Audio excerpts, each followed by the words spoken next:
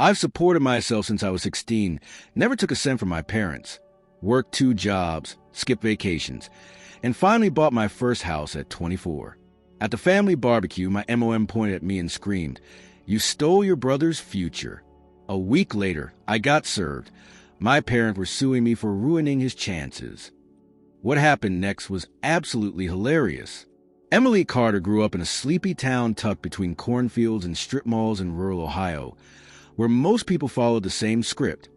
Graduate high school, go to community college nearby, live at home until marriage, and lean on family whenever things got hard. That was the unspoken rhythm. The generational dance everyone seemed content to follow. But Emily, she broke the rhythm at 16. It started small, a part-time job at a local diner slinging hash browns and burnt coffee from 6 o'clock in the morning on weekends. She'd leave work with her apron smelling like grease and her tip stuffed into a notebook hidden beneath her mattress.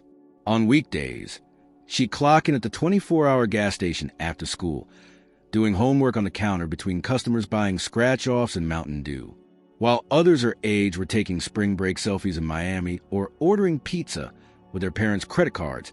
Emily was rolling coins and calculating budgets. By 18, she had moved out, not because she had to, but because she wanted to. Her parents, Linda and Robert, told her it was unnecessary and dramatic. But Emily had already made up her mind. She rented a room above a garage from an old woman who owned 3 cats and didn't believe in central heating. Emily didn't complain. She studied business at the local state college and worked double shifts every weekend. She never asked for help, not when her tires went flat, not when her fridge broke, not even when she had to sell half her clothes to make rent.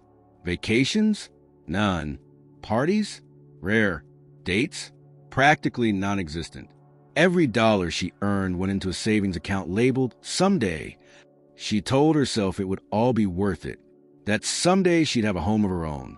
No roommates, no landlords, no calling her parents with updates, excuses, or explanations. At 24, Emily signed the papers to a modest 2-bedroom house with a tiny yard and creaky floorboards. Hers, fully hers. The closing agent handed her the keys with a smile, and for the first time in her life, Emily cried from joy. She had done it. No handouts, no shortcuts, just grit, hustle, and a quiet refusal to settle. To celebrate, she hosted a backyard barbecue. She bought a portable grill, borrowed folding chairs from a neighbor, and made homemade potato salad from a recipe she found on a blog. Her aunts brought pies, her cousins played cornhole, and Emily flowed to a crowd like a proud hostess, pointing out freshly painted walls and the herb garden she planted herself. Everyone smiled. Everyone congratulated her, until Linda showed up. Her mother arrived late, wearing heels too high for the lawn, and a forced smile that didn't reach her eyes. Robert trailed behind her, silent as always. Emily tried to pretend everything was fine, but something fell off. Linda barely looked at the house. She didn't compliment the kitchen. She didn't ask about the mortgage rate. Instead, she poured herself a generous glass of wine and sat at the folding table, like a queen surveying a kingdom she didn't approve of.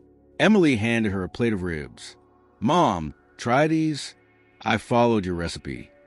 Linda stood up, wine in hand, and raised her voice. "Everyone, can I just say something?" The chatter died down. Conversations halted. Plastic forks hovered midair. Emily smiled, expecting a toast. Linda turned to her, pointed, and said, "You stole your brother's future." Silence fell like a drop plate. Jason, her younger brother, stared at the ground. His face flushed a deep red. Emily blinked. "What?" Linda's voice rose. "You just had to make everything about you. Couldn't let him have his moment. You took everything he was supposed to have." Laughter turned into awkward murmurs. Emily's heart pounded in her ears. "What are you talking about?" she asked, voice trembling. "You know exactly what I mean," Linda snapped. "You broke the plan. You walked away. And now look at him." Everyone turned to Jason, who looked like he wished the grass would swallow him whole. Emily stared at her mother, the plate still in her hand, ribs forgotten. The celebration was over. After the last guest left and the porch lights went dark, she sat alone on the back steps of her new house, a blanket over her shoulders and her phone turned face down beside her. The silence of the neighborhood felt like a cruel joke compared to the storm Linda had stirred just hours earlier. No one had stayed long after the outburst. Conversations had fizzled, chairs folded, dishes packed away. Even the cornhole game ended mid-throw. No one knew how to react. Not even Emily. Jason avoided eye contact the entire time. He had barely touched his food, and when it was clear the party had ended, he muttered a quiet sorry in her direction before slipping out the side gate without another word. Linda didn't say goodbye. She and Robert left together, stiff-backed and stone-faced. Emily had expected the aftermath to be awkward. What she hadn't expected was a flood of messages that came pouring in the next morning. Aunt Rachel texted first. "I'm so sorry about what your mom said. That wasn't fair." Then Cousin Melissa, "We're all proud of you. Don't let her ruin this." Even Uncle Dave, who rarely got involved in anything emotional, sent a cryptic. "You did good, kid. Some people just can't handle it." But not a word from Linda. Not a call. Not a text. Not even a passive-aggressive Facebook post, which for a mother was more suspicious than silence itself. By Monday, Emily was back at work, trying to push through spreadsheets and coffee orders while her mind replayed the scene in her backyard on a loop. She had faced judgment before, from classmates who called her a workaholic, from co-workers who teased her for skipping nights out. But this was different. This was her family. Her mother. She wanted to understand, to believe there was something more beneath the surface of that public accusation. And as much as she hated to admit it, she couldn't shake Jason's expression, that mixture of shame, confusion, and something else she couldn't quite name. Her answer came 2 days later, when Uncle Mark called her out of the blue. "Hey, Em, you got a second?" he asked, voice unusually serious. "Yeah, what's going on?" "I didn't want to say anything at the barbecue, but your mom and dad, they've been talking for years about sending Jason to that fancy private college. You know, the one in Chicago." "Northwell?" she asked, eyebrows raised. "Yeah, that one. It was always a plan. Their words, not mine. Your mom used to say he was going to restore the family name, or whatever that means. They even refinanced the house to help cover tuition." Emily leaned back in her office chair, stunned. "I didn't know that." "Well, they didn't exactly shout it from the rooftops. But here's the thing. When you moved out and started doing your own thing, they acted like you betrayed them, like you broke some kind of pact. I didn't even take anything from them. I never asked for a cent. I know, but in their heads, that just made it worse. You became this inconvenient comparison. You succeeding without their help made them look bad, made Jason feel worse. And now that you bought a house, it's like the final nail." Emily rubbed her temples. "So that's what she meant by you stole his future?" "Pretty much. But listen, Jason's had problems of his own. He's dropped out twice. Got caught up in some online gambling mess last year. They cleaned it up quietly. I'm telling you because I think you deserve to know what you're really dealing with." She thanked him, her thoughts spinning. None of this made sense. If Jason was struggling, why blame her? Why not help him directly? Why turn her success into a scapegoat? The answer arrived, quite literally, on her doorstep. Thursday morning. She opened the front door to grab a package and found something else on the welcome mat, a white envelope with no return address. Inside was a thick stack of papers. At first, she thought it was junk mail. Then she saw the heading, Summons and Complaint, Civil Filing. Her name, Emily Carter, was listed at the top. Beneath it, 2 other names, Linda Carter and Robert Carter. Her hands went cold. The complaint was surreal. Her parents were suing her for emotional interference and financial disruption of familial expectations. According to the document, her early independence had psychologically destabilized Jason, preventing him from achieving academic success. They were seeking damages for lost potential and emotional distress caused by undue comparison. Emily read it 3 times, laughed once bitterly, then sat down on the floor numb. It wasn't a prank. It wasn't a joke. Her parents were taking her to court, not for money she owed them, not for something she had done, but for daring to succeed outside their carefully constructed plan. She called her best friend, Naomi, who worked as a paralegal downtown. "This has to be illegal," Emily said, voice shaking. "You can't sue someone for making their sibling feel insecure." "Unfortunately," Naomi said, "you can sue for pretty much anything in America. Winning is another story." Emily took a day off work and scheduled a consultation with a local attorney named Claire Benton, who wore glasses too big for her face and spoke in clipped sentences. Claire read the complaint silently, then looked up and said, "This is absurd, but they filed it, so we have to take it seriously." "I didn't do anything wrong," Emily insisted. Claire nodded. "Which makes this easier. Not easy, but easier. Still, we'll need to counter everything they claim. Get documentation, witnesses if necessary, and brace yourself.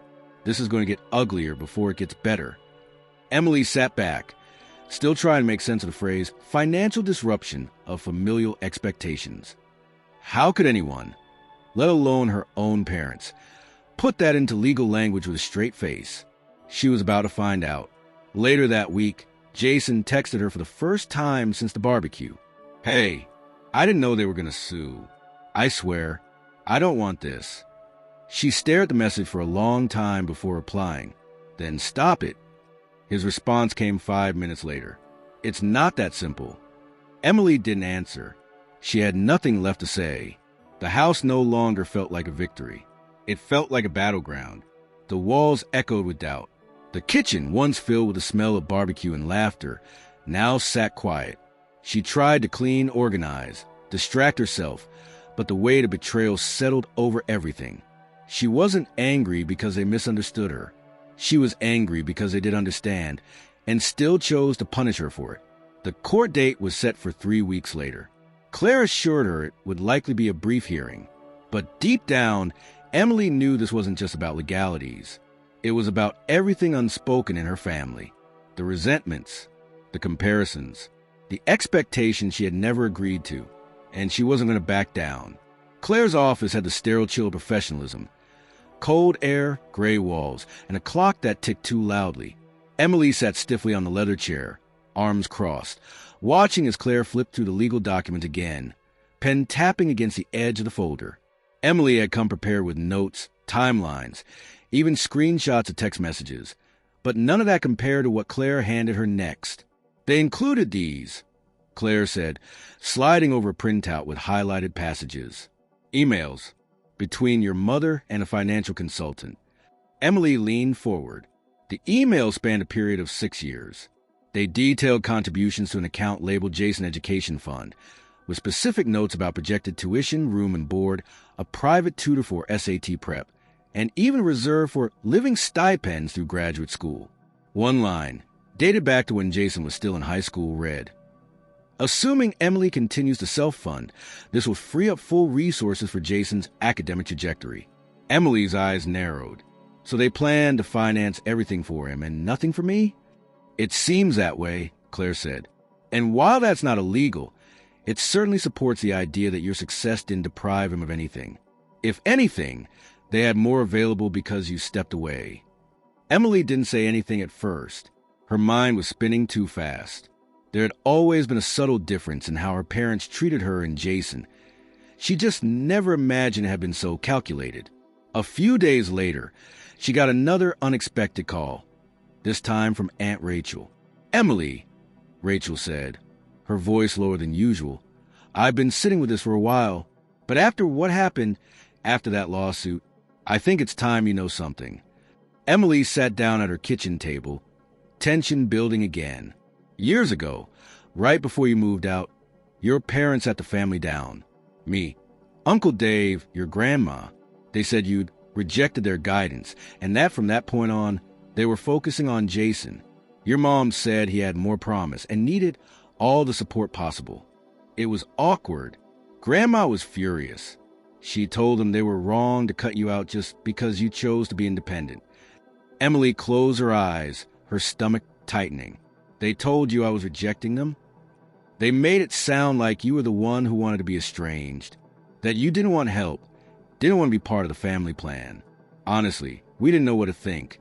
But after all that's happened, I believe you now. Emily opened her eyes. Thanks for telling me.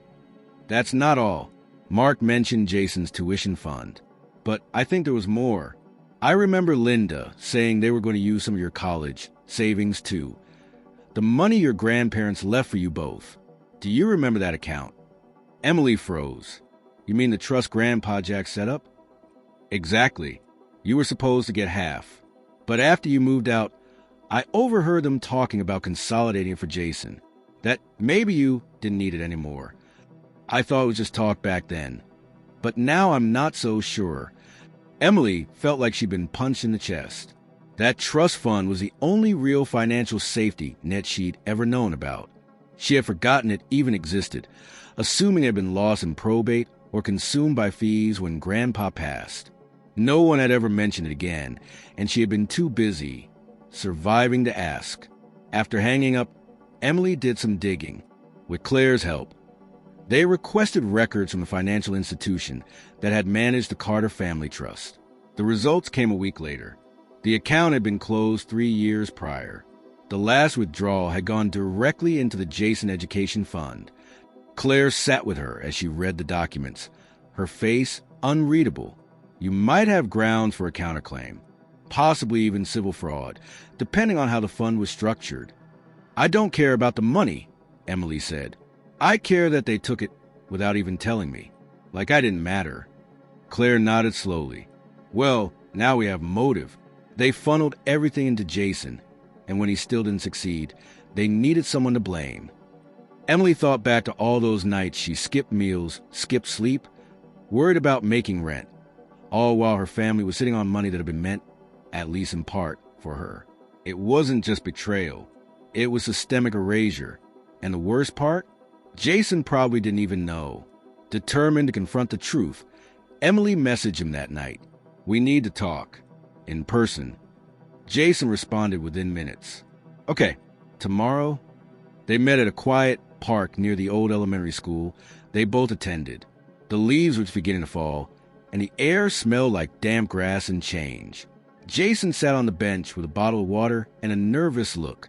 You said you didn't know about the lawsuit. Emily started.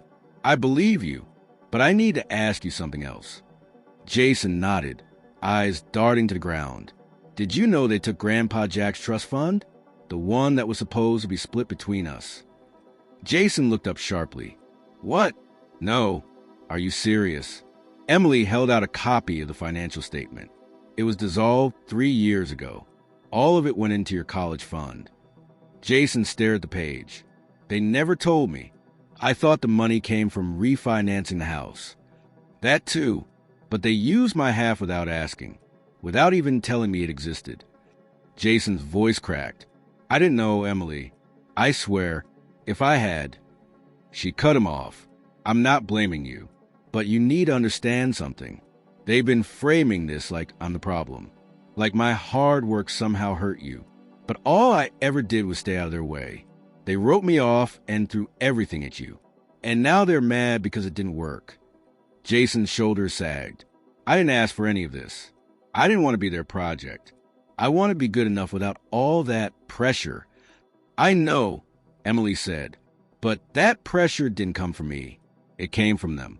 And now they're using it to punish me. Jason looked up at her, truly seeing her for the first time. I don't want to be part of this anymore. I'll tell the judge. I'll say it was all of them. Emily stood slowly. You need to do what's right for you. But I'm done playing along. I'm going to fight this, not because I want revenge, but because I want peace.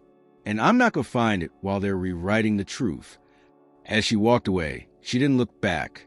There were still hearings ahead. Still arguments and accusations and painful truths waiting to come out. But for the first time, Emily felt clarity. She hadn't stolen anyone's future. She had simply refused to give up her own. The first time Emily truly felt the weight of the lawsuit was not when she read the complaint, or even when Claire began outlining defense strategies. It was when she returned home from the grocery store and saw a second envelope, thicker, heavier, sitting squarely in the center of her welcome mat. The first had been a summons. This one was discovery. Inside were over 100 pages of printed materials, documents, screenshots, statements, even what looked like transcripts of old conversations pulled from social media messages. The cover page read, "Exhibit submitted in advance of preliminary hearing. Carter versus Carter." Emily dropped the rest of her shopping bags on the floor and sat down on the steps to read. There were fragments of Jason's text messages to friends from years ago, most of them vague, emotionally charged, and cherry-picked. In one, he wrote, "I'll never live up to her. No matter what I do, she always wins." Another read, "They say it's not a competition, but it always feels like one. And I'm losing." There were also notes from Linda, claiming she had witnessed multiple instances of emotional dismissal from Emily toward Jason. One particularly absurd entry said Emily actively undermined Jason's confidence by getting a job at 16 and bragging about not needing the family. That was followed by a screenshot of a Facebook post from Emily's college years, where she had written, "Proud to be standing on my own 2 feet. No family help, no shortcuts." That post was now Exhibit C. The deeper Emily read, the clearer it became. This wasn't just a lawsuit. It was a narrative manufactured meticulously to paint her as a cold, ungrateful, self-absorbed figure who had sabotaged her brother's future through sheer audacity. It was absurd, but it was also, in its own twisted way, strategic. They were building a case based on implication, innuendo, and emotional discomfort of a son who had been placed on a pedestal and couldn't stand on it. When Claire reviewed the new packet later that evening, she sighed. "This is more manipulative than I expected. They're not trying to prove legal wrongdoing. They're trying to weaponize perception." Emily stared at the highlighted excerpts, her throat dry. "They're trying to make me look like a bully. They're banking on the emotional angle," Claire said. "They want the judge to feel sorry for Jason and, by extension, validate their behavior. It won't work if we stay sharp." But Emily couldn't shake the feeling that her life, her character, was being picked apart and reassembled by people who once claimed to love her. The next blow came from someone unexpected. 3 days after receiving the envelope, Emily received a call from her former high school guidance counselor, Ms. Rivers. Her voice was gentle but hesitant. "I received a records request from your parents' attorney. They're asking for behavioral evaluations, disciplinary notes, and anything related to your school years." Emily was stunned. Why would they need that? "I don't know, but the language they use suggested they're trying to establish a pattern of emotionally dominant behavior, like you were always trying to control things." Emily almost laughed. "Because I asked to switch my schedule senior year to work more hours? I know it's ridiculous," Ms. Rivers said, "but I thought you should know. And for the record, I'm not releasing anything beyond the standard transcripts." As the preliminary hearing approached, Emily found herself unable to focus at work. Her days blurred between legal preparation, phone calls, and the mounting emotional fatigue of trying to stay composed while her own parents dissected her life to justify their delusion. The worst moment came on a Saturday morning, when she spotted Linda's car parked across the street. It wasn't subtle. Her mother sat inside the vehicle, engine running, sunglasses on, staring at Emily's house like she was casing it. When Emily stepped out onto the porch, Linda didn't drive away. She simply looked straight ahead, unmoving, like she was waiting for something. Emily walked to the sidewalk, stared at her, and shook her head slowly. Only then did Linda drive off, tires crunching over gravel. Emily called Claire immediately. "She's watching the house now," Emily said. "She's trying to rattle you," Claire replied. "Don't let her, but document everything. Dates, times, photos if you can." Emily began keeping a log. Times when Linda's car was spotted in the neighborhood, messages from relatives expressing confusion about the lawsuit, an email from a former neighbor who had heard Robert venting at the local grocery store about how Emily thinks she's better than everyone. It was more than a defense now. It was a pattern, one that painted a clearer picture of who was really orchestrating this circus. And then came the day of the preliminary hearing. Emily arrived at the courthouse dressed in a navy blazer and black slacks, hair pinned back, heart racing but jaw set. Claire walked beside her, calm and focused, her briefcase heavy with evidence. Inside, The courtroom was cold and impersonal. The walls were lined with faded portraits of former judges, and the fluorescent lighting made everyone look paler than they were. At the far end of the room sat her parents. Linda wore a pearl necklace and a tight smile. Robert looked like a man being dragged into a performance he didn't want to be part of. Jason wasn't there. The judge, an older woman with silver hair pulled into a tight bun, entered without ceremony. "Let's get to it," she said.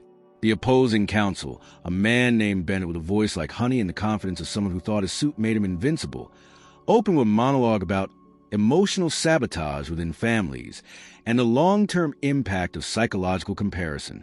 Claire's rebuttal was sharper, shorter, cleaner, factual.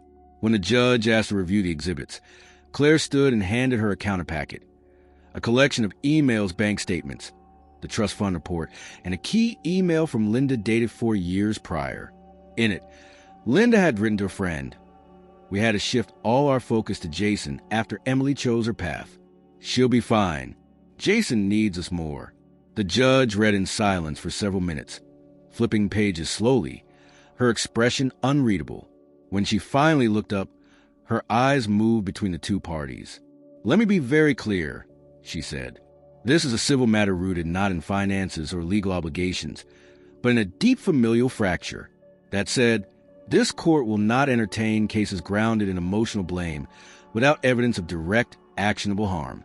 Miss Carter is not responsible for her brother's struggles merely because she succeeded. At this point, I'm inclined to move toward dismissal unless compelling new evidence is introduced." There was a stunned silence. Emily didn't smile. She didn't flinch. She just sat there, hands folded, as her mother stared daggers across the courtroom. But it wasn't over yet. Bennett stood again. "Your Honor, we have additional evidence that may justify continuation, a personal journal, written by the younger sibling, documenting emotional distress. It speaks to years of comparative trauma." The judge raised an eyebrow. "I will allow a review, but only if its authenticity can be verified." Emily looked at Claire, who leaned toward her and whispered, "They're going for drama now." As the day closed, the judge set a new date to review the journal. Emily left the courthouse knowing the fight wasn't finished, but something had shifted. They had underestimated her. They thought she'd bend, apologize, settle, but now they'd seen what she was willing to endure to defend her story.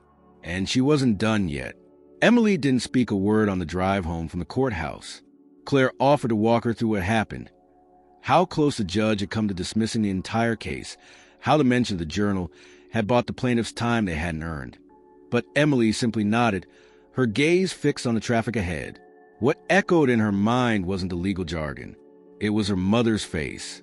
The satisfaction behind performance. The sense that Linda hadn't been trying to win a legal argument. She was staging a moral spectacle, and the courtroom was her stage. Back at home, Emily did something she hadn't done since high school. She opened the old external hard drive that had followed her from apartment to apartment for years, mostly untouched. It contained backups of everything from her teenage life, school essays, graduation photos, even full downloads of her social media history before she wiped most of it in college. Claire had told her to gather anything that might contextualize the emotional climate of her relationship with Jason during their formative years. If her parents were trying to use selected snapshots of Jason's adolescent anguish to shape a narrative, Emily needed to be ready with the full picture. It was there, buried in a folder named FB_export, that she found it. A conversation from 7 years earlier between Jason and a classmate named Evan. It had taken place during Emily's second year of college, shortly after she had posted about working 3 jobs to afford her rent. In the thread, Jason had written, "She acts like she's better than all of us just because she works all the time. It's not even about independence. It's about making the rest of us feel like crap. I can't compete with that. She's like a walking reminder that I suck." The words hit Emily like a slap.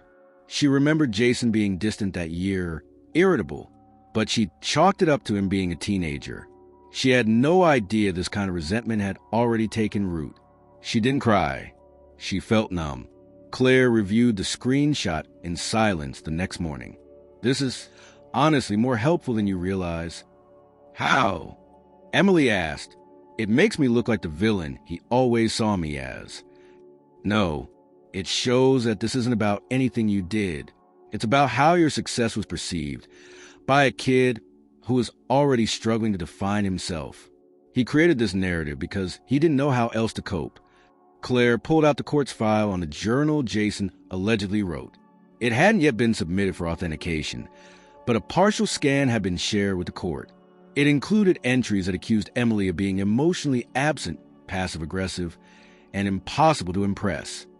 But there were inconsistencies, language that didn't match Jason's communication style, and dated reflections on events he wasn't present for. Claire narrowed her eyes. I've seen this kind of thing before. I don't think Jason wrote this journal. Emily looked up, startled. What are you saying? I think your parents, or your mother, more specifically, Ghost wrote it to use as a centerpiece of their case. Emily couldn't believe it at first, but wouldn't Jason know? Maybe, or maybe they told him it was an old notebook, played into his guilt, convinced him it reflected his real feelings. Emotional manipulation can distort memory, especially when you've been raised to doubt your instincts. Claire submitted a formal motion to challenge the journal's authenticity. The court granted it, and a forensic handwriting analyst was brought in to compare the entries with Jason's known samples from school records. In the meantime, Emily reached out to someone she hadn't spoken to in years, Evan, the classmate from the old message thread. He agreed to a call. Wow, it's been a long time, Evan said, sounding surprised but not unfriendly. I saw your name in the news. Something about a lawsuit. Emily hesitated. Yeah, it's complicated. I found some old messages from high school between you and Jason. I don't want to drag you into anything, but they might be important. Evan didn't flinch. You mean the ones where he said he couldn't compete with you? Emily nodded, even though he couldn't see it. You remember? Yeah, he talked about you a lot back then. It wasn't really about you, though. He was scared of failing and needed someone to blame. You were just the closest target. Would you be willing to say that in a statement? Evan paused and said, I don't like drama, but if it helps you and gets the truth out there, sure, I'll do it. Claire included Evan's affidavit in the supplemental defense documents. It outlined how Jason had expressed feelings of inferiority, but had never claimed Emily mistreated him, only that he felt overshadowed. Evan also noted that Jason often exaggerated family drama to get sympathy from peers. When the handwriting analysis came back, the results confirmed Claire's suspicion. The journal wasn't consistent with Jason's known handwriting, not even close. The judge ordered an evidentiary hearing to review the journal's admissibility. Emily sat in the courtroom, watching as the analyst presented side-by-side comparisons of Jason's schoolwork and the supposed diary.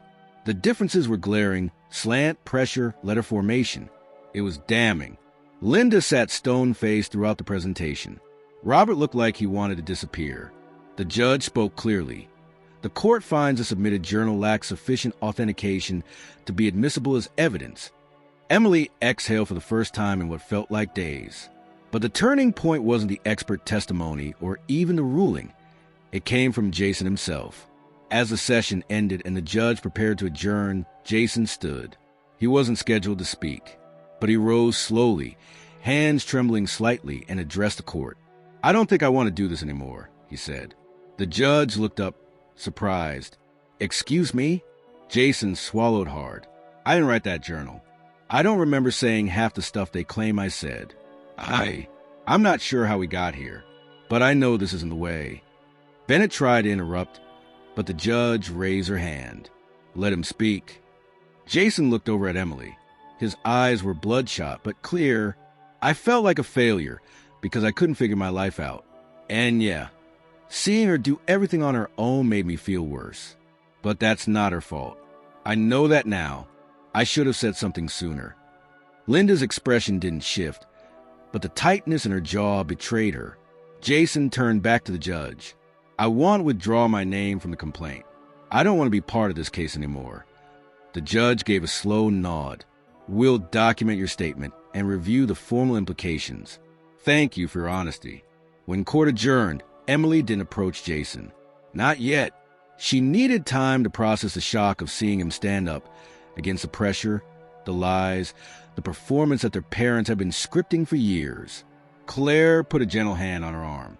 "This changes everything." Emily nodded, her voice quiet. "Yeah, it really does." Outside the courthouse, the air felt lighter, not because the case was over, but because the story they'd tried to write about her was finally falling apart. And now, for the first time, she had her own version ready to tell. The courtroom emptied slowly after Jason's unexpected declaration, but Emily remained seated, staring at the wood grain on the bench in front of her. Claire leaned over and whispered, "We just knocked down their centerpiece. They'll scramble. Be ready." Emily didn't answer. She wasn't thinking about the case. Not entirely.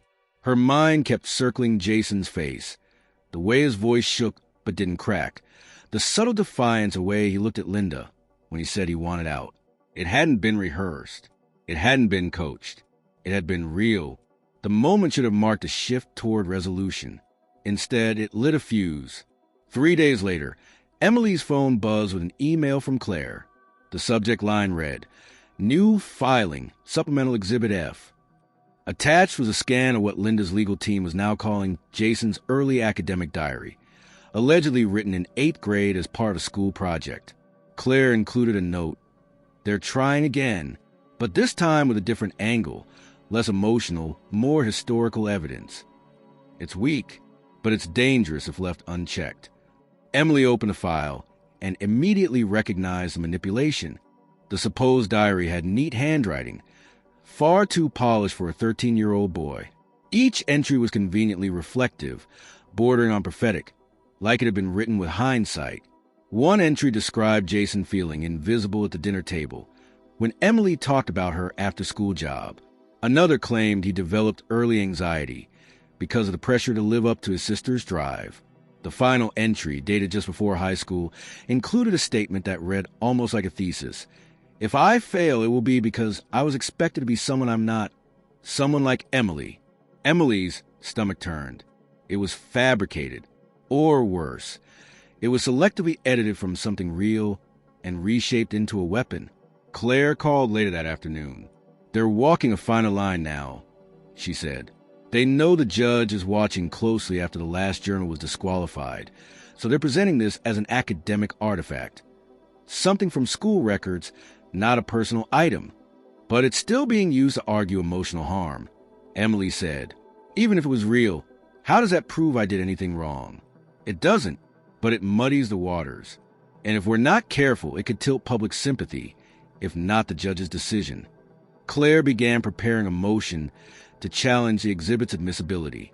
In the meantime, Emily did what she always did when the ground shifted under her. She investigated. She reached out to her old middle school and requested access to any writing assignments or teacher comments from Jason's time there.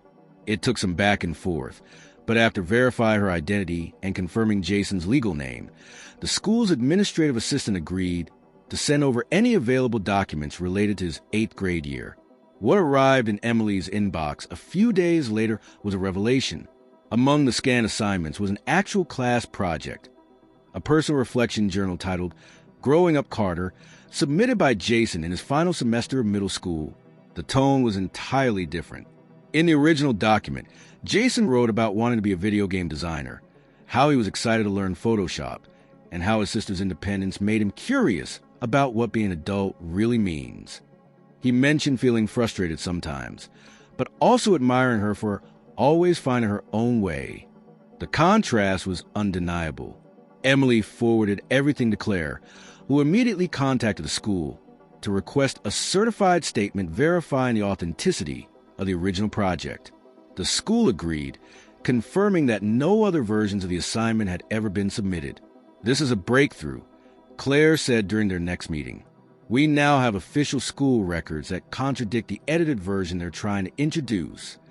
What do you think they're going to do next?" Emily asked. Claire hesitated. "If I were Linda, I'd start spinning this in the court of public opinion." She was right. Later that week, an anonymous post appeared on a local community forum with a headline, "Family torn apart by selfish daughter's ambition, brother left behind." It didn't mention Emily by name, but the details were unmistakable. The post referenced a sibling who bought a house at 24, abandoned her family, and weaponized independence as a means of control. The comments exploded. Some people empathized. Others speculated. A few clearly recognized who it was about. Emily closed her laptop and took a long walk through her neighborhood, tried to breathe through the rage that clamped her chest like a vice. It wasn't just a lawsuit anymore. It was her reputation, her integrity, her name. She thought about contacting the moderators. She thought about responding. But instead, she did something more effective. Claire helped her draft a public statement, brief, factual, and calm. It didn't address the lawsuit directly. It simply said that Emily Carter had worked for everything she owned, accepted no financial support from her parents since the age of 16, and had never claimed to be anything but self-made. She attached screenshots of the court documents showing the trust fund transfer and a confirmed forgery of the earlier journal. The statement didn't go viral, but it reached the right people. Her inbox filled with quiet support. Former coworkers, old teachers, friends she hadn't spoken to in years. One message stood out. You were always the one who held yourself together. Some of us noticed, even if we didn't say anything. The next hearing arrived faster than expected. Claire entered the courtroom with a new binder, now thick with evidence. Emily sat beside her, calm but no longer numb. She wasn't here just to defend herself. She was here to expose the truth. Bennett opened with another attempt at moral posturing. This document, Your Honor, is not intended to vilify the defendant, but to illustrate the long-standing psychological burden her behavior created for her brother. Claire didn't let him finish. Your Honor, she interrupted, we have authenticated school records that prove this document is not only edited, but deliberately distorted from the original. The original journal paints a very different picture, one that aligns more with admiration than trauma. We also have a statement from the school confirming that the so-called early diary was never submitted or recognized in its presented form. The judge raised her hand again, silencing the room. You're telling me this is a third piece of contested evidence submitted by the plaintiffs? Yes, Your Honor. The judge turned to Bennett. Counselor, I advise you tread carefully. This court does not take kindly to manipulation of documents, especially in a case built entirely on subjective emotional claims. Bennett sat down without another word. Emily looked toward her parents. Linda stared forward, unmoving. Robert's eyes darted toward the floor. Neither said a thing. It was crumbling, slowly but unmistakably. After court adjourned, Jason approached Emily quietly outside the building. He looked worn out, but lighter somehow. I heard about the forum post, he said. Let me guess, Emily replied. Linda again? He nodded. I told her to stop. She doesn't listen to me anymore. Emily tilted her head. Did she ever? Jason hesitated, then shook his head. Not really. They stood in silence for a long moment. I didn't know she was rewriting my old stuff, he said. I don't even remember writing half of what's in that diary. Emily sighed. That's the problem. She remembers it for you. Jason kicked at a pebble on the sidewalk. I want to make things right. Not just in court. With you. Emily looked at him. Really looked. That starts with telling the truth. Nothing more. Nothing less. He nodded. I can do that. She didn't say anything else. But for the first time since the lawsuit began, she believed him.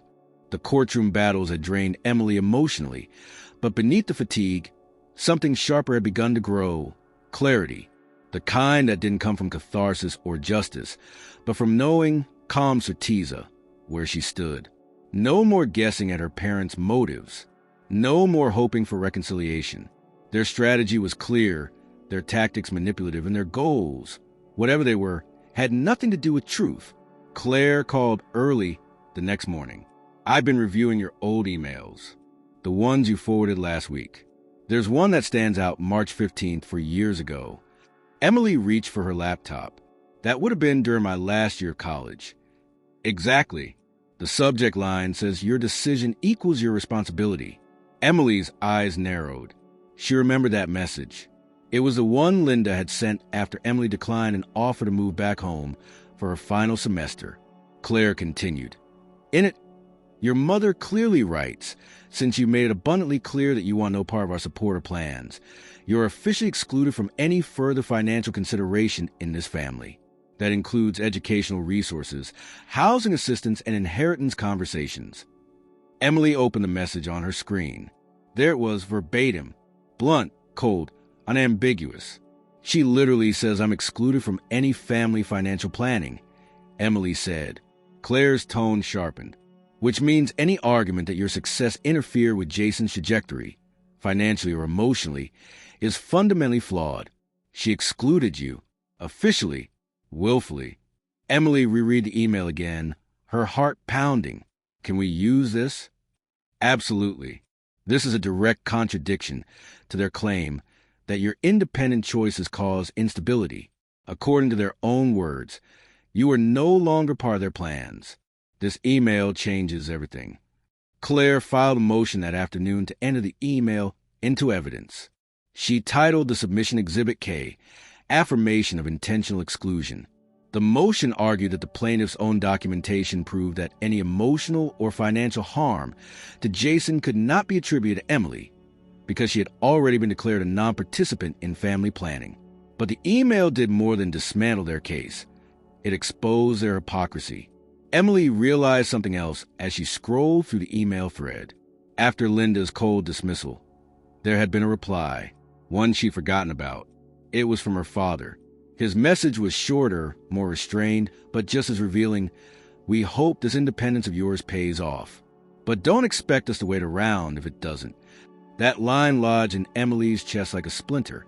She had taken those words as rejection, as permission to stop expecting anything from them. And now, years later, they were suing her for not being dependent enough. The absurdity almost made her laugh, but she didn't. Instead, she replied to the old email chain with one sentence. Thank you for finally confirming in writing what I've always known. She didn't send it. Not yet. But the act of writing it felt like lifting a weight. Claire warned her that the opposing counsel would likely try to block the exhibit. Claim was taken out of context or irrelevant, but the judge allowed it, unredacted. When the next hearing convened, the email was read aloud in court. The courtroom was silent when Linda's words echoed off the walls. You are officially excluded from any further financial consideration in this family. Linda sat motionless, but Emily saw it. Just a flicker of discomfort in her eyes, a crack in the carefully maintained mask. Robert didn't react at all. If anything, he looked relieved, as if someone had finally said the thing he'd been thinking for years. Claire didn't overplay the moment. She simply let the email hang in the air, then turned to the judge. Your Honor, we submit this not only to challenge the plaintiff's timeline of events, but to establish a pattern of exclusion and assoilment that directly contradicts their claims of dependency and disruption. Ms. Carter was not interfering with family plans. She had been forcibly removed from them. The judge took her time, reviewing the document. When she looked up, her voice was level but firm. I will admit this exhibit as valid context for determining the plausibility of emotional and financial harm. However, I also want to reiterate that this case is dangerously close to becoming an abuse of civil process. Claire nodded. Understood, Your Honor. After court, Claire and Emily sat in the courthouse cafe, sipping bitter coffee from paper cups. They're going to try something drastic next, Claire said. They've lost their narrative. The judge has lost patience. They're either going to push for a settlement or make a move that borders on desperation. Emily stirred her coffee slowly. If they offer a settlement, I'm not taking it. I figured, Claire said, but they might twist it, frame it as an opportunity for reconciliation, maybe even try to guilt you into something public, an apology, a withdrawal, anything that makes you look like the bigger person. I'm done being the bigger person, Emily said quietly. The next day, the offer came in, exactly as predicted. A formal letter from Bennett's office proposing a confidential resolution. All claims would be dropped, no admission of wrongdoing required on either side, and both parties would agree to a non-disclosure clause preventing further legal action or public statements related to the case. There was no mention of an apology, no mention of the damage already done to Emily's name. her peace of mind, or her standing in the community. It was a white flag disguised as a handshake. Claire looked at the letter, then at Emily. "Your call." Emily folded the letter in half and dropped it into the recycling bin. They started this publicly. They're going to end it publicly. That same night, Emily sat at her desk and opened a new email draft. She addressed it to Claire with the subject line, "Final nail." In the body, she attached a PDF, a screenshot of a conversation between Linda and her oldest friend dated just over a year ago. Emily had stumbled across it during her archival search through her cloud backups. It had been synced from her old phone, which she'd once loaned to Jason for a few weeks before he got his own. In conversation, Linda wrote, "I honestly don't care what Emily does anymore. She made her choice. Jason is all that matters now. We just need to make sure people don't forget who the real victim is." It was a single sentence, but it confirmed everything. Intent, motivation, strategy. Claire's response was short. "This seals it." The next morning, the exhibit was filed. Emily didn't attend the procedural meeting that followed. Claire handled it herself, but she texted Emily afterward. The judge was furious. Full trial still scheduled, but she's made it clear no more manipulations. One more lie, and she'll move for dismissal herself. Emily stood in her kitchen, her hands trembling, not with fear, but with something else. Resolve, vindication, and a little sorrow, because no matter how this ended, nothing would undo what had already been exposed. But at least now, she wasn't playing defense. She had turned the tables, and her parents were finally running out of moves. The courtroom was quieter than usual. It was the third week of proceedings, and despite all the fabricated evidence, legal maneuvering, and mounting public curiosity, the room carried an odd stillness, like the calm that settles before a storm. Emily sat at the defense table with her hands folded, face calm, but her pulse steady and high. Claire was reviewing her notes beside her, lips pressed in a tight line. Across the room, Linda looked unbothered. Perfect hair, a tailored blazer, a notebook she never wrote in. Robert sat beside her, more withdrawn than usual.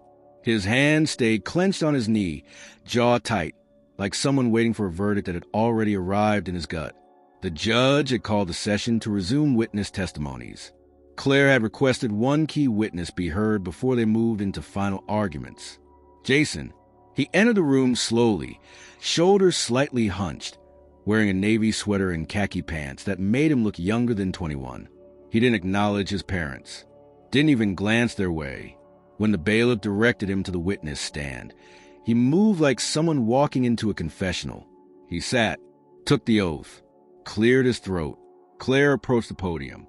"Jason, thank you for being here today. I'll keep this as straightforward as possible. You understand why you were called to testify?" Jason nodded. "Yes. Can you describe, in your own words, the nature of your relationship with your sister over the years?" Jason looked down. "It was complicated. I always looked up to her, even when I pretended not to. She was the first to do everything. Work, move out, live on her own. That made me feel, I don't know, like I was behind." "Did she ever discourage you?" "No, not once.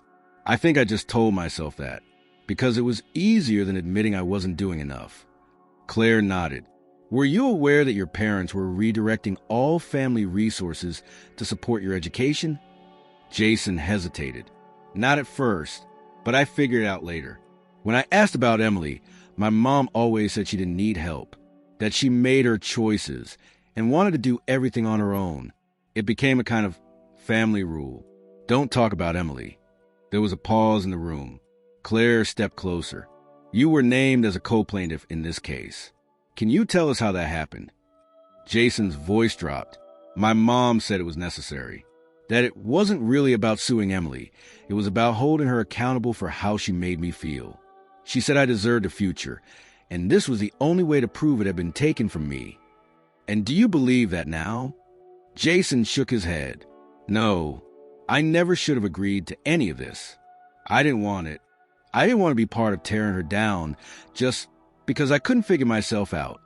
Claire paused, then asked, Did your mother or father ever pressure you into signing documents or making statements you weren't comfortable with? Jason looked directly at the judge. My mom told me I owed it to the family, that if I didn't do it, I was throwing away everything they'd done for me. I was scared, and I didn't want to lose their support. Emily stared at him, not in anger, not even in disappointment. She just watched him quietly, like seeing someone emerge from a fog they didn't realize they were trapped in. Claire stepped back. No further questions. Bennett stood next, smoothing his tie with a hand that didn't look as steady as usual. Jason, he began, you understand that this lawsuit is about more than just emotions. It's about the long-term impact of certain behaviors. Jason tilted his head. What behaviors? Specifically, the ones that created a hostile environment for your development. The environment your sister contributed to. Jason's voice was firm now. My sister wasn't the problem. She never expressed resentment? Never made you feel small? No, Jason said, shaking his head. I made myself feel small because I kept thinking her success was my failure. That's not on her. That's on me. Bennett's mouth opened, then closed. Jason continued, voice growing louder. You want to know who made me feel small? It was our mom. Every time I messed up, she reminded me that Emily never needed anyone. That Emily didn't make mistakes. That Emily set the bar. He glanced at his mother now. Linda sat frozen, lips pressed together.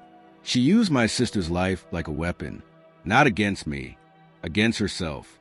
And when she couldn't control Emily, she decided to punish her for being out of reach. Bennett tried to recover. Jason, this kind of emotional. Jason cut him off. You know what's really emotional?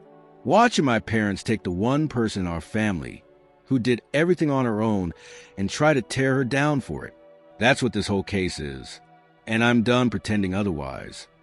The courtroom was dead silent. The judge, clearly moved but composed, leaned forward.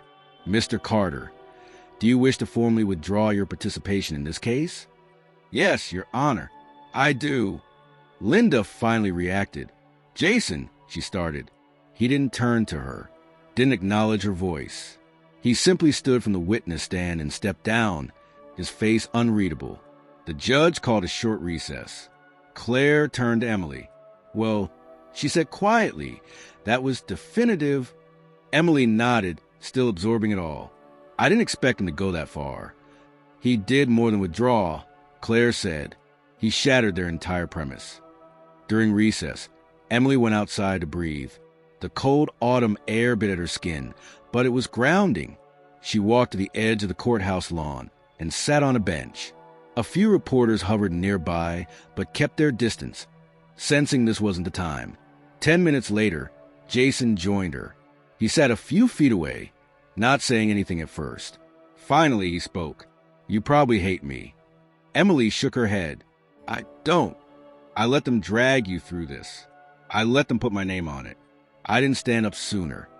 You did today, she said. Jason rubbed his hands together. I've been in therapy since last month. First time I've done anything real to deal with my own crap. Emily turned slightly. That's good. I want to change, he said. Not for them. For me. Emily looked forward again. Then do it.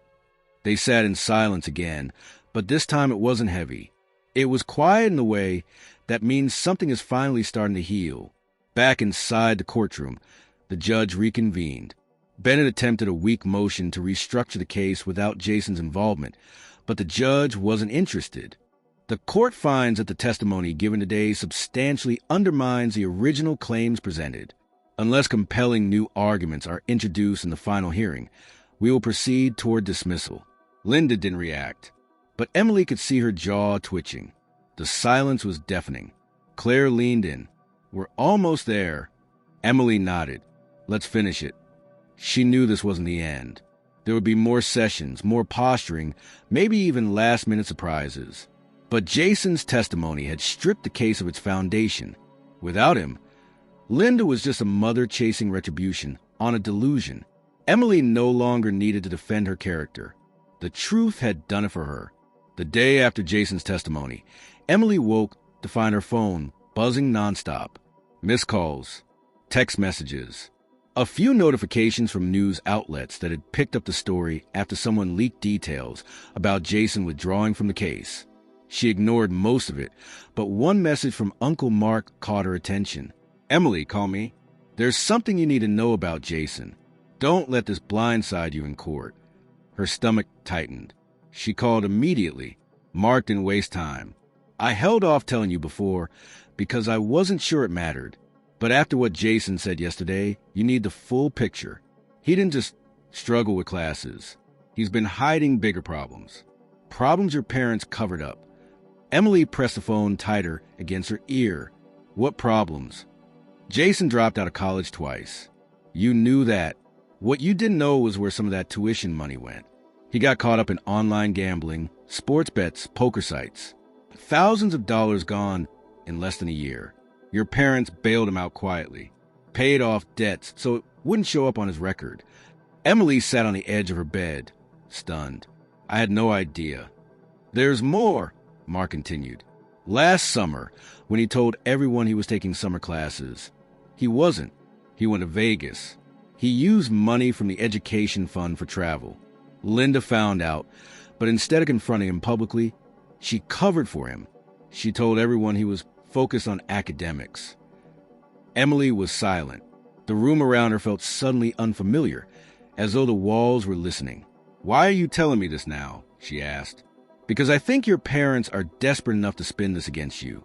If it comes out in court, they'll blame you for putting pressure on Jason that pushed him toward bad decisions. They'll say his mistakes were a reaction to you." Emily closed her eyes. "And if it comes out for me, then you control the story." After hanging up, she forwarded everything to Claire, who immediately began verifying the claims. Within 2 days, she had financial records obtained legally through discovery requests that showed large withdrawals from the education fund aligning perfectly with casino transactions and online betting platforms. The pattern was undeniable. Claire called Emily into her office. The table was covered in highlighted statements and timelines. "This isn't just embarrassing for them," Claire said. "It's explosive.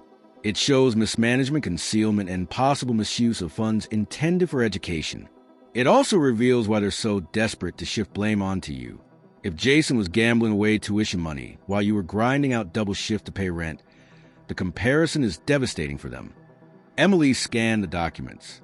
"Does Jason know we found this?" "Not yet. We should tell him before it comes up in court. He deserved that much." That evening, Emily met Jason at a small diner off the highway. He looked exhausted, eyes shadowed, but when she slid the folder across the table, he didn't flinch. He opened it, scanned the pages, then pushed it back toward her. "I figured this would come out sooner or later," he muttered. "I'm not proud of it." "Why didn't you tell me?" Emily asked softly. "Because I didn't want you to see how badly I'd messed up. You already made it on your own, and I was burning through everything handed to me. I hated myself for it. And Mom, she told me never to admit it. Said it would ruin the family's reputation. So I kept lying." Emily studied him. "Did Dad know?" Jason shrugged. "I think so, but he never said a word. It was always Mom running interference." The waitress refilled their coffees. They sat in silence for a moment, the clink of dishes filling the space between them. Finally, Emily asked, "What do you want me to do with this?" "Because Claire's going to use it in court if it protects me." Jason didn't hesitate. "Do it. Use it. I'm done hiding behind them." "Are you sure?" He nodded. "If it comes from you, at least it's honest. If it comes from Mom, she'll twist it, make me the victim again, blame you for everything. I'd rather the truth hurt than another lie protect me." The final hearing loomed closer. Claire prepared the exhibits carefully, arranging a timeline that showed not only Jason's gambling losses, but also the quiet cover-up orchestrated by Linda and Robert. It painted a picture not of a daughter undermining her brother, but of parents enabling his downfall while scapegoating the one child who refused their help. On the morning of the hearing, the courtroom was more crowded than usual. Reporters filled the back rows, sensing that something significant was about to unfold. Emily kept her head high, her blazer pressed, her notes stacked neatly in front of her. She wasn't nervous this time. She was ready. Bennett opened with his usual flourish. But the judge's face showed little patience. When Claire stood, she presented the financial records with calm precision, detailing the withdrawals, the gambling transactions, and the Vegas trip. She emphasized the concealment, how these facts had been withheld until discovery, how they contradicted the plaintiff's narrative of Jason as a sabotage prodigy. The courtroom murmured as the numbers were read aloud. Then came Jason. He returned to the witness stand voluntarily, this time without prompting, without fear. His voice was steady. It's true. I gambled away money meant for school. I lied about classes. I went to Vegas. My parents knew. My mom covered it up. But none of that has anything to do with my sister. She never pressured me. She never compared herself to me.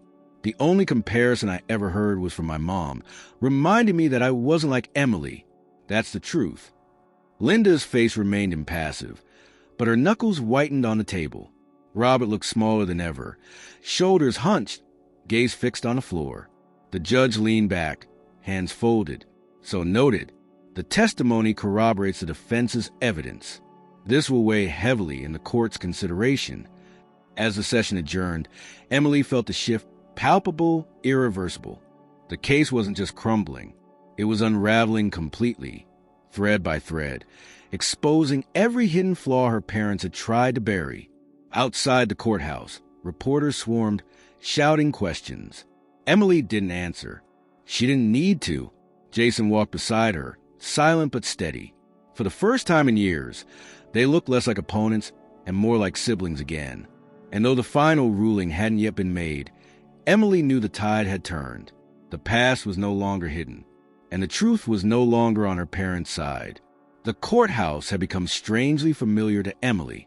The echo of footsteps in the marble halls, the smell of stale coffee from a vending machine in the lobby, the low hum of murmurs before each session. These details no longer intimidated her. What unsettled her now wasn't the courtroom itself, but the inevitability of confrontation. She knew the case was unraveling for her parents. She knew the judge was losing patience. But she also knew Linda wouldn't let go quietly. Claire warned her of that exact possibility as they prepared for what was supposed to be the final round of arguments. She'll push for an exit strategy, Claire said, tapping her pen against the table. When people like your mother realize they've lost a legal battle, they try to win the narrative. Expect an offer, maybe a deal that looks generous, but really just saves her pride. Emily crossed her arms. And if it comes, you decide how much peace is worth to you. The offer came sooner than expected. On the morning of a hearing, Bennett approached Claire in the hallway, his briefcase swinging lightly as though he hadn't just spent weeks defending a collapsing case. He leaned close, speaking low enough that Emily couldn't hear the full exchange. But when Claire returned, her face was unreadable. They want to settle, she said simply. Emily raised her eyebrows. What kind of settlement? Claire slid a paper across the table. It was a draft agreement. The plaintiffs would withdraw their claims with prejudice, meaning they couldn't refile. In exchange, Emily would agree not to pursue any countersuits related to the trust fund mismanagement or defamation. Both sides would remain silent publicly. A clean slate, at least on paper. Emily scanned the page. So they sue me for ruining my brother's life, drag my name through mud, forge evidence, and then just walk away without consequences. Claire didn't answer right away. Legally, you win by refusing. But emotionally, this is a crossroads. Do you want to end it quietly or expose everything? Emily pushed the paper back across the table. Quiet is what they want, and I'm done protecting their image. The hearing began with the same rhythm as the others, but there was tension in the air, a sense that everyone knew the end was near. The judge looked stern as she called the room to order. Claire presented the timeline once more, highlighting the contradictions, the exclusions, and Jason's candid testimony. Then she paused, letting the silence stretch before addressing the bench. Your Honor, the plaintiffs have approached us with a proposed settlement. My client has considered it carefully. She declines, not out of vengeance, but out of necessity. For years, this family has erased her efforts, weaponized her independence, and rewritten her story to cover their own mistakes. She cannot agree to silence, because silence is the very tool that created this case in the first place. Bennett stood, his tone sharper than usual. Your Honor, this is turning into a moral lecture. The law. The judge cut him off. The law is exactly what we're discussing. And so far, your clients have offered speculation, fabricated evidence, and emotional manipulation. This court will hear no more stalling. Present your closing argument, counselor, or step aside. Bennett hesitated, glanced at Linda, then cleared his throat. The plaintiffs withdrew their complaint. The words landed heavily in the room, even though Emily had anticipated it. Hearing them aloud felt surreal. Just like that, after months of tension, they were conceding, but the judge wasn't finished. Withdrawal alone does not resolve the matter, she said firmly. This court has the authority to assign costs, sanctions, and corrective measures, and based on what I witnessed, I'm inclined to do so. Linda's mask cracked then, her lips parted, eyes narrowing, a flash of panic in the otherwise controlled facade. Robert shifted uncomfortably beside her, clearly wishing the ground would open and swallow him whole. Claire rose again.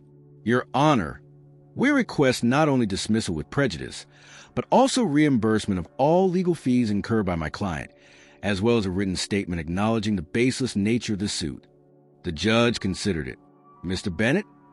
Bennett tried to object, but the judge's raised hand silenced him instantly. The conduct of this case has wasted valuable judicial time. It has subjected a young woman to unnecessary public scrutiny, and it has revealed behavior that this court cannot ignore. The request is reasonable. The court will rule accordingly. Emily sat still, her heartbeat hammering. This was more than dismissal. This was vindication.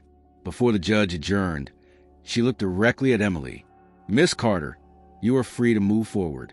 You owe nothing. This court recognizes your efforts, your independence, and your integrity. I advise you continue on your path without regard for those who try to derail it. The gavel fell. The case was officially over. But outside the courtroom, the storm was only beginning.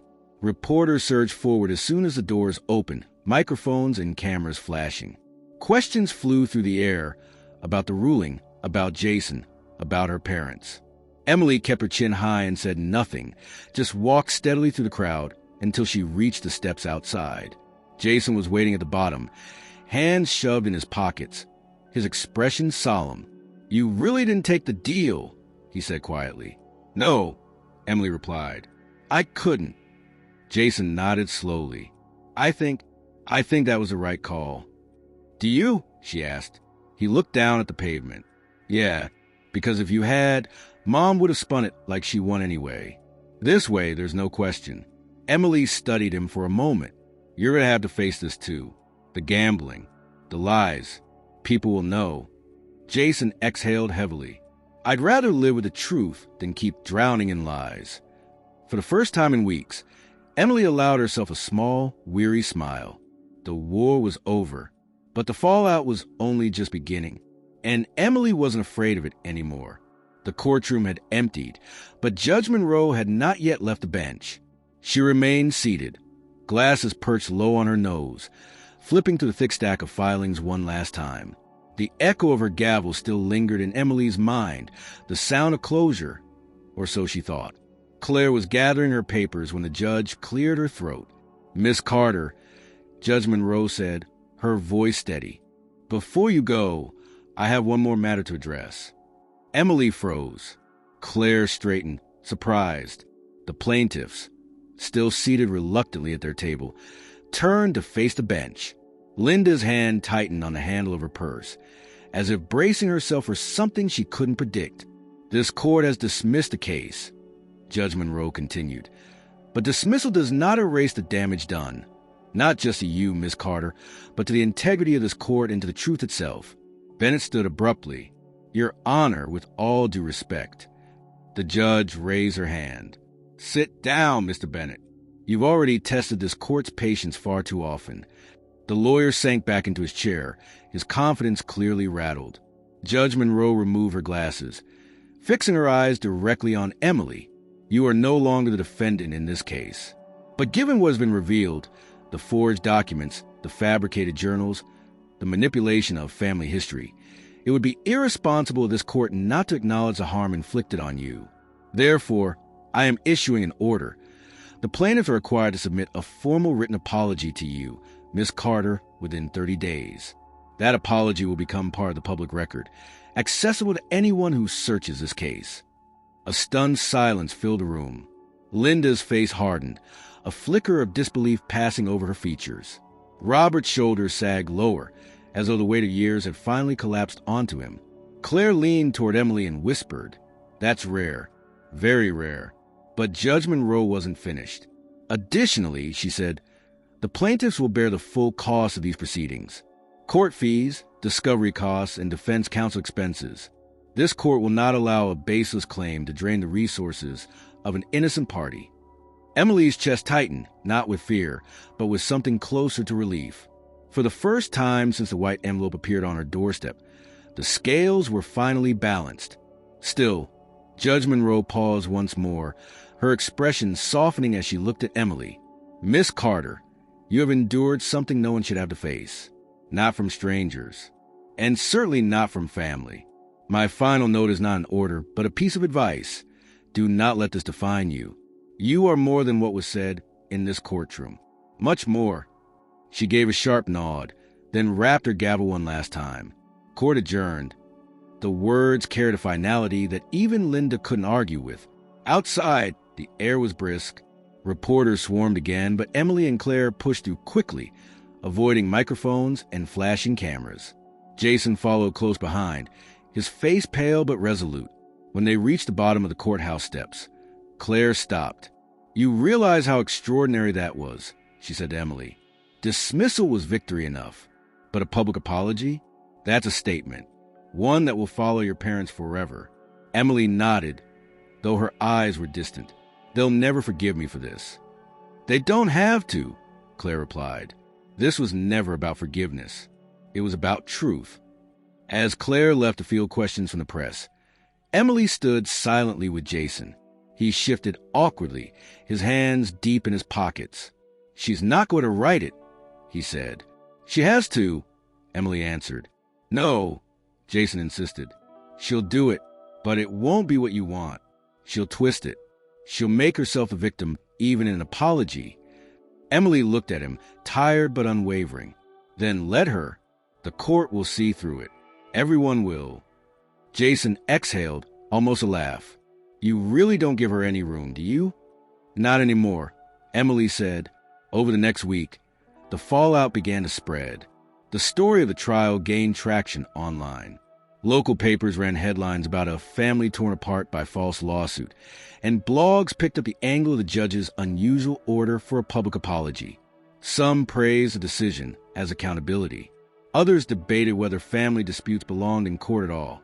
But one thing was clear: Emily's name was no longer synonymous with guilt. Meanwhile, Linda tried to maintain appearances. She stopped answering calls from extended relatives and deleted old posts on social media. Robert retreated almost entirely into silence. Jason, however, became strangely open. He called Emily more than once, sometimes with updates about his therapy sessions, sometimes just to talk. One evening, he admitted something that caught her off guard. "Mom wanted me to testify differently," he said. "She wrote out statements for me, told me to memorize them. She said if I didn't, I'd regret it, that I'd be betraying the family. I almost did it. I almost read her words in court." Emily stayed quiet, listening.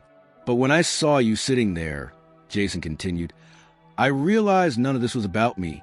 It never was. It was about her. And I couldn't do it. I couldn't sell you out like that."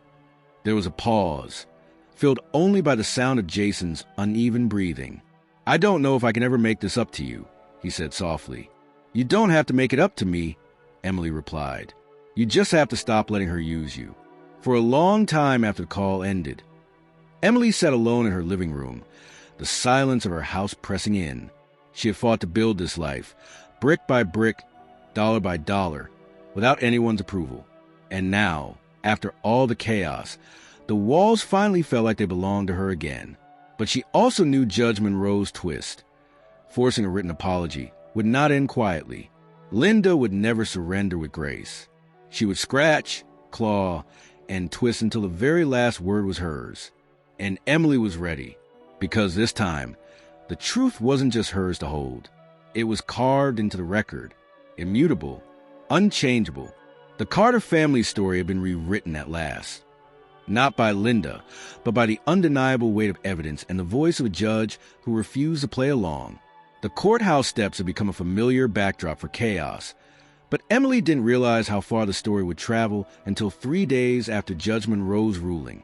She was sitting at her kitchen table, scrolling through unanswered emails, when her phone buzzed with a notification from a coworker. The subject line was blunt. "You're trending." Emily frowned, clicked the link, and found herself staring at a TikTok video with more than 2 million views. The caption read, "Judge destroys entitled parents in court, must apologize to daughter they sued." The video wasn't official court footage. It had been recorded discreetly by someone sitting in the gallery. The camera wobbled, occasionally cutting off faces, but the audio was clear. It captured Judge Monroe's stern voice as she declared the lawsuit dismissed and ordered a public apology. It also caught the moment Emily sat silently, composed, while Linda's face flickered with disbelief. The comments section was a storm. Thousands of strangers were debating her life, dissecting her choices, and unexpectedly rallying to her defense. This woman worked her butt off and still got dragged by her family. Unreal. Parents like this ruin their kids. Props to Emily for standing her ground. We need more judges like Monroe. She didn't let them get away with it. Emily set her phone down, overwhelmed. She hadn't wanted fame. She hadn't even wanted attention. All she'd ever wanted was peace. And yet, somehow, her private nightmare had become a public spectacle. The calls started within hours.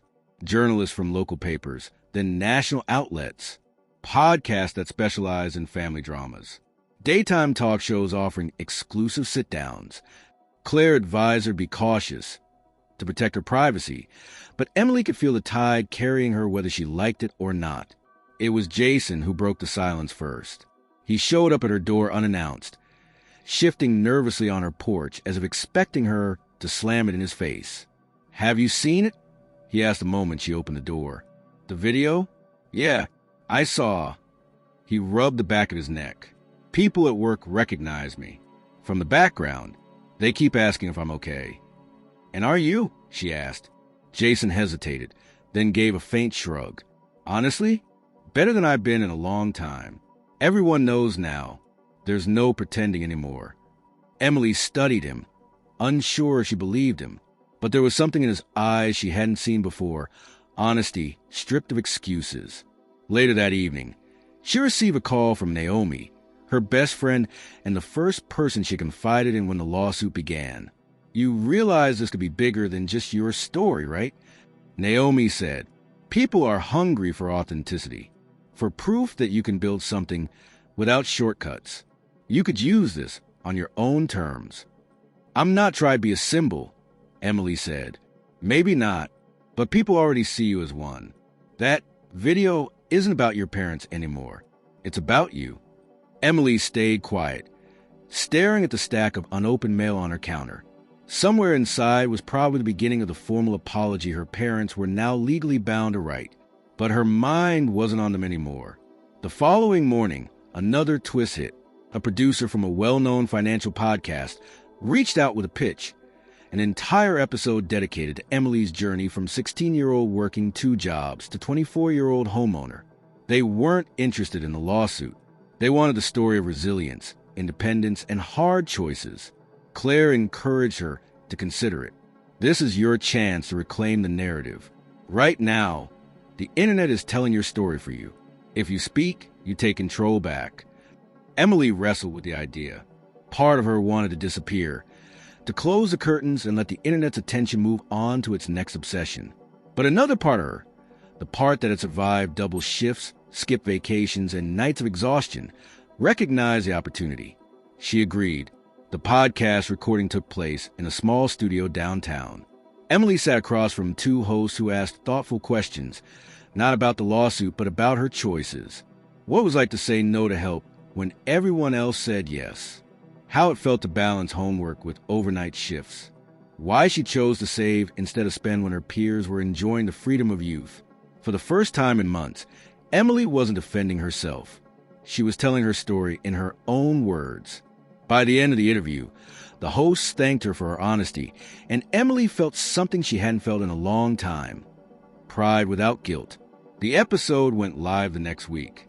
Within days, her inbox was flooded again, but this time with messages that felt different. College students asking for advice on budgeting. Single mothers saying her story gave them hope. Even strangers who admitted they'd been pressured into family obligations they didn't want. One message stood out above the rest. It was from a young man who wrote, "I've always been the Jason in my family. Your story made me realize I can choose differently. Thank you." Emily read it twice, then closed her laptop. That night, Jason called. His voice was tentative. "I listened to the podcast," he said. "Oh, you didn't mention me. Or Mom. Or Dad. You could have. But you didn't." "It wasn't about you," Emily said softly. "It was about me, for once." There was silence on the other end. Then Jason said, "That's good. You deserve that." As the weeks passed, the video's reach only grew. By the time her parents' written apology was due, millions of strangers already knew the truth.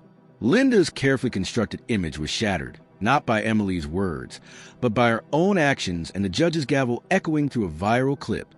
The letter finally arrived in the mail, short, clipped, almost begrudging. Emily read it once, then tucked it into a drawer. She didn't need it anymore. The apology wasn't for her. It was for the record, and the world had already written its verdict. The whirlwind eventually slowed, though it never truly disappeared. The viral video and the podcast had propelled Emily into a strange new space where strangers knew her name, her story, and the broad strokes of her life. But as the weeks turned into months, the public attention shifted, as it always does, toward the next story, the next scandal, the next symbol of resilience. For Emily, the quiet that followed was the most welcome gift of all.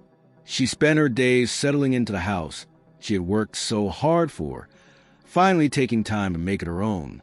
The creaky floorboards that once felt like reminders of strain now felt like music, proof that she had built something no one could take away. She repainted the living room in warm shades of cream and gold, planted flowers along the fence, and even turned the small spare bedroom into a makeshift office. It was in that office that she began sketching ideas for something she hadn't considered before, sharing her knowledge. It started small, almost accidentally.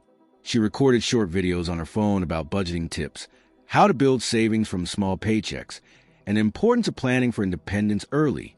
She didn't expect much, but the videos began to spread, shared by the same kind of people who had once written her long messages of support after the podcast. Within a month, her videos were being used by high school teachers as resources for their classes. Some local colleges invited her to speak to students about financial independence and resilience. The invitation surprised her. For years, she had felt invisible, erased by her parents' focus on Jason. Now, people wanted to hear her voice, not because of the lawsuit, but because of the lessons she had lived. Jason noticed, too. One Saturday afternoon, he visited her house to help build shelving in the garage. As they worked side by side, he glanced at the camera tripod leaning against the wall. "So, you're like a financial influencer now?" he teased, a small grin tugging at his lips. "Hardly," Emily replied, rolling her eyes. "I just tell people the stuff I wish I'd known at 16. Jason hammered a nail in silence before saying, "You know it's good. What you're doing. You're making something useful out of all this mess." Emily looked at him, surprised at the sincerity in his voice. "And what about you? How's therapy going?" Jason leaned back, wiping sweat from his forehead. "Hard, but good. I'm working part-time at the campus bookstore. It's not glamorous, but it feels honest. I don't feel like I'm hiding anymore." Emily nodded. "That's a start." For the first time, their conversations weren't clouded by resentment or comparison. They were two adults trying imperfectly but sincerely to build separate futures. As for their parents, the silence was deafening. After the court-ordered apology, Linda retreated from social life. She stopped attending church, stopped hosting family gatherings, stopped posting online. Robert, from what little Emily heard, spent more time in the garage than in the house. The letter they had written sat untouched in Emily's drawer, but she didn't open it again. She had moved past needing their words. One evening, Emily sat on her porch watching the sun sink below the rooftops. The air smelled of freshly cut grass, and children played down the street. Jason sat beside her, sipping soda from a can. "You ever think things will go back to normal?" he asked. Emily shook her head. "No, not the old normal, but maybe something better." Jason frowned. "Better how?" "Better because it's honest," she said. "I don't need them to pretend anymore. I don't need to prove myself. And you don't need to live under their shadow. We both get to start over." Jason was quiet for a moment, then said, "You're not angry anymore, are you?" Emily thought about it. "I was, for a long time. But anger doesn't build anything. It only burns. I'd rather spend my energy on building." Her words felt true, not rehearsed, not borrowed, just her own. In the months that followed, Emily's life grew in ways she hadn't planned. She was invited to collaborate on a community program, teaching financial literacy to young adults. She began mentoring a small group of teenagers at the local library, helping them draft budgets, write resumes, and plan for college or trade school. Some days were exhausting, but every time one of those students looked at her with gratitude, Emily felt something she had rarely felt in her own home growing up: recognition. Her story had started as a cautionary tale, twisted by her parents into something ugly, but she had rewritten it on her own terms. The house became more than just shelter. It was a symbol of survival, of perseverance, of choice. Every crack in the plaster, every squeaky hinge, every stubborn weed in the garden reminded her of what it took to get here. Not perfection, but persistence. Jason visited often, sometimes with groceries, sometimes with nothing more than stories about his shifts at the bookstore. Their relationship wasn't perfect. Old wounds don't heal overnight. But it was real. They laughed more than they argued. They spoke honestly instead of pretending. And when Emily finally stood in front of a classroom of high school seniors, teaching them how to open their first savings account, she realized something profound. Her parents had tried to convince her she had stolen Jason's future. In truth, all she had ever done was protect her own. And now, she was giving others the tools to protect theirs too. That was her victory. Not the dismissal, not the apology letter, not even a viral video. The real victory was in knowing she had taken everything meant to break her and turned it into something that built others up. One of the students raised a hand that day and asked, "What's the most important thing you've learned?" Emily smiled. That you don't need permission to build the life you want. You just need the courage to start. When the class ended, she walked outside into the bright afternoon, her head held high. The future wasn't uncertain anymore. It was wide open, waiting. And for the first time in her life, Emily wasn't just surviving. She was leading.